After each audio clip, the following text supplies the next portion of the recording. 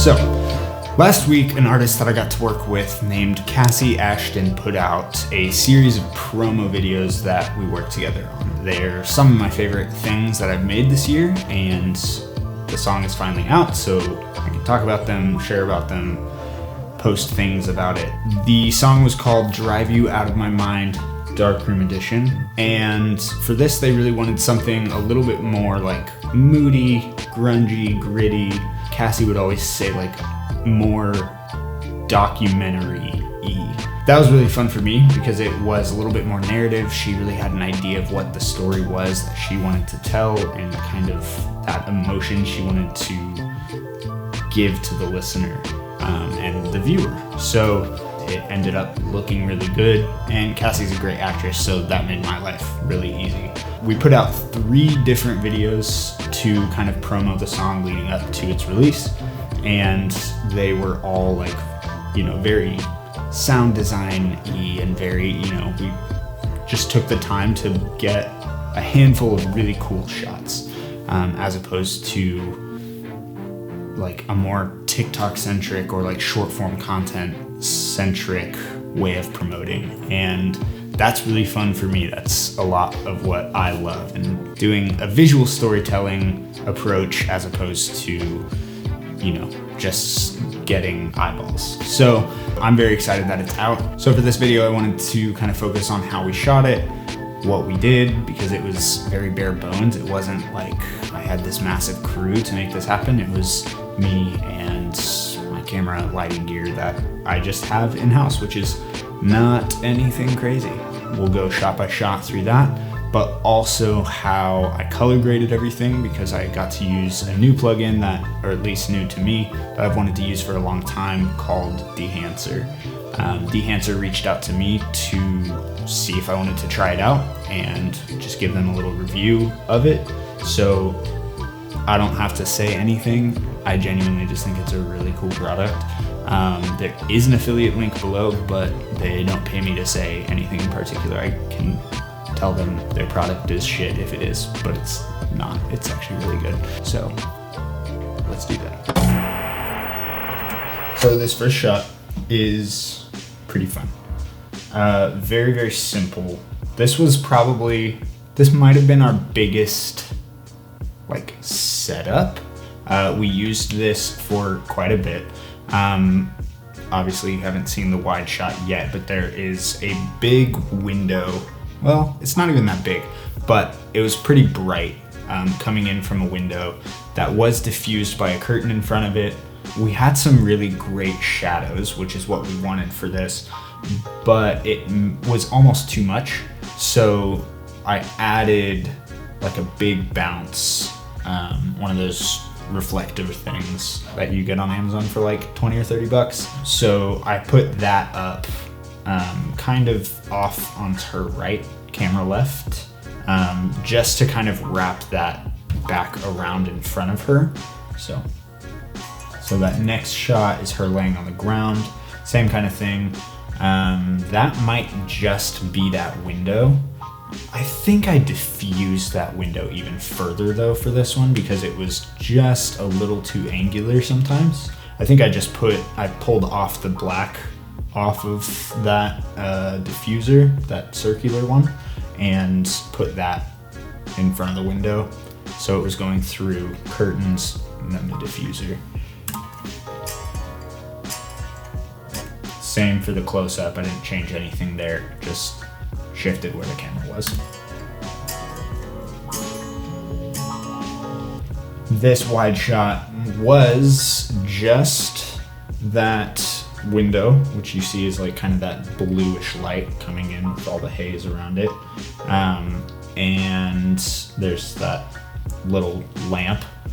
I really wanted to get a more pleasing light to kind of make that lamp more believable, but it just wasn't really in the cards. That tube light was kind of being wonky with me the whole day, so every time I tried to do something a little bit more stylistic, it wouldn't let me. Not a huge deal. So yeah, this one was pretty much just that window light, which is kind of great. That first close-up of her hands was the same setup as the one with the microphone that she had her head in her hands kind of thing. The next shot, we pivoted her just a little bit. I moved her back so she was a little bit more parallel to that window, and then put the bounce, probably didn't even change positions, but stayed there, and then kept the camera where it was so that we could get, you know, a little bit more of that light on her nose, on her cheek and forehead. It's a little bit more dramatic. This is my favorite shot of the whole thing, is this really tight close-up of her like kind of going through it. So for that, this is like the main wide. And for this one, we had the window, the lamp, which doesn't really do anything other than a little bit of color stuff. I think at this point, this was early enough in the day that 2 light actually was just inside of the doorway as like a really dim kind of just room light, just to lift everything a little bit, because it got very like silhouette-y. So I had that bringing up the levels a little bit.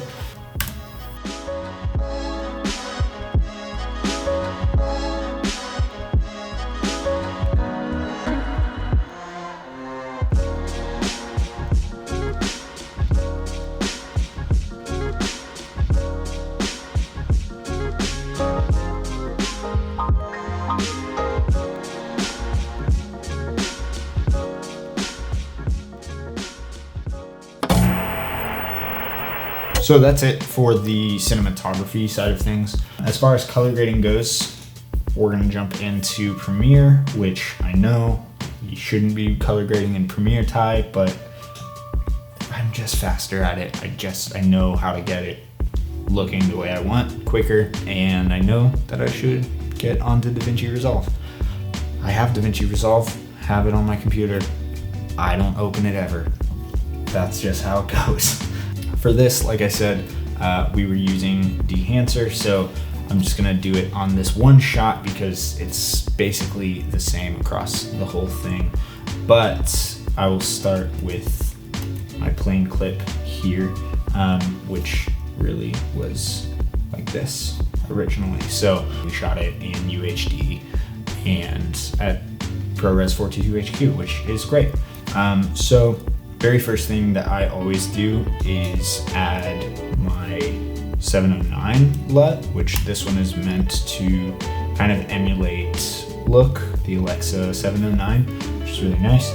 I also almost always add a diffuse layer, even though I also almost always am shooting with the 10% Cinebloom from Moment, just because I love it and I love the look that it has paired with the lens that I'm shooting on. So I do that. It just kind of blooms the highlights. It's very, very subtle. I normally do like a fast blur at 200 and then put it on lighten and drop that to like maximum 20%. Most of the time I'm sitting around like 10 or 12%. For this one, we wanted a dreamier look, so I think it's up at 20%. So that's the first thing that I do, and then I just adjust all of my individual clips to kind of match each other. So a lot of the time, the first step for me is to balance skin tones. I tend to not go for like a crazy stylized look. I want something most of the time that looks like natural and good. So I will balance my skin tones always. And as long as my skin tones look nice, the rest of the shot is probably looking pretty good. So balance the skin tones, made sure to check my scopes, looking good, looking pretty, balanced the whole thing. Then what I did is I went in and added my look, which this is obviously it dialed already. So what I do for Dehancer, throw in the adjustment layer, throw on Dehancer, which is in my effects, and pretty much right off the bat, it throws a default kind of film look on there, and it looks so good already. So you can go in over here and add in, you know, is it 709? If you want to just grade within Dehancer, you can, which is really cool. I just like starting from, especially with a new program, and this was a client project, like working from somewhere that I at least know with my 709 LUT that I always use with this camera. Like that kind of gave me a good starting spot. So started there and then went with the Rec 709. Within that, you can go and choose what film stock you want to emulate. So I did the 250D. There's obviously a lot of settings in here, and I am by no means an expert. I've had this for like 3 weeks maybe. I've used it on 2 or 3 projects in that time. The main things that I mess with is the film that I'm putting in, the print, which it defaults to linear, which typically looks really good. I always throw on the 2383 Kodak print film. It's a little punchier, it's a little more contrasty, which I really like. I also really like this analog range limiter. If you unclick it, it's like really deep blacks, versus if you add it, it's like it kind of caps it a little bit and feels just a little bit more film-y, which I like. And it looks authentic film. It doesn't look like me at 14 in Lightroom, like pulling the curve on my curves like way high up, because that looks, the film grain definitely mess with it a bit, because like I said, it can get a little crazy at times, especially if you already have a little bit of a noisy shot. So I dialed mine back. Settings are there if you want to take a look at that. The halation, sometimes I use. It's also really easy to overdo it with the halation. So, you know, it depends on the project. The bloom, same kind of thing. And since I like doing my bloom underneath my Rec 709, I didn't add any to this project, but I have used the bloom in Dehancer on other projects, and it looks great. The other things you can obviously mess with, please mess with them. I'm sure, like, I don't know what gate weave does, if I'm honest. False color is actually maybe my favorite thing, because I use false color constantly while I'm shooting, and I am sure there's a way to do it in Premiere, but I don't really know where. So I add false color to like check levels sometimes in here, and I'm like, that's pretty cool. That is basically it. I will say I love this program, and I think it's really cool, and I would probably buy it for myself if they weren't so kind as to give it to me. My one beef with Dehancer so far is that it destroys render times. So projects like this that are like a minute or two, like I'm on a Mac M2 Pro, usually my render speeds are pretty quick, but with this one, I've found the best way is to export it as like a ProRes 4444 and then put it in and do all my coloring there. Like a lot of the time I can get away with like not rendering out a full cut to color, and I just do it on thing with all the effects and everything, and that is not really an option for me when I'm using Dehancer, just because it is so beefy. There's a lot going on. It's adding a lot of effects to your footage. It looks great. It takes a long time to render, and maybe that is the fact that I'm doing it on a laptop or whatever. I'm sure if you have like a desktop editing machine, it would be easier and better. I don't have that luxury. So be wary of that. If you're on a tight deadline, Dehancer is a little risky. But overall, I think it looks really nice. I mean, again, here's it without, here's it with it. Like that adds a lot. That's a very different vibe. And a lot of the time, like, I will get somewhere kind of close with like various grain overlays that I have, and just like having been coloring for the past 8 years, like I will get it to a point that I'm happy with. But I think Dehancer for me just kind of gets there a little bit quicker, because it's emulating true film stocks. And I didn't even go into like, they have so many film stocks in here. They also have a Lightroom plugin, which they gave me as well. I tried those out as well with a lot of the photos that we took of Kassi, and I loved it. It was very, very nice. Same interface, same working kind of thing. It's a little different because Lightroom is different, but I really liked it. I don't edit photos very often, so honestly, using Dehancer for my photos was actually like way faster. And it felt kind of like shooting on Fuji where you have like recipes built in. It felt kind of like that, which is nice. They also have a phone app, which I haven't really put through the ringer yet, but it's a lot of the same features just right on your phone. It feels very similar to Lightroom Mobile, where you can scroll through. There's all of the adjustments that you could want, and it works very well from what I've seen. And the stuff that people post using it, I'm like, god damn, that is so sick. So excited to try that out more. But that's it for this. So that is how we shot that, how we lit it.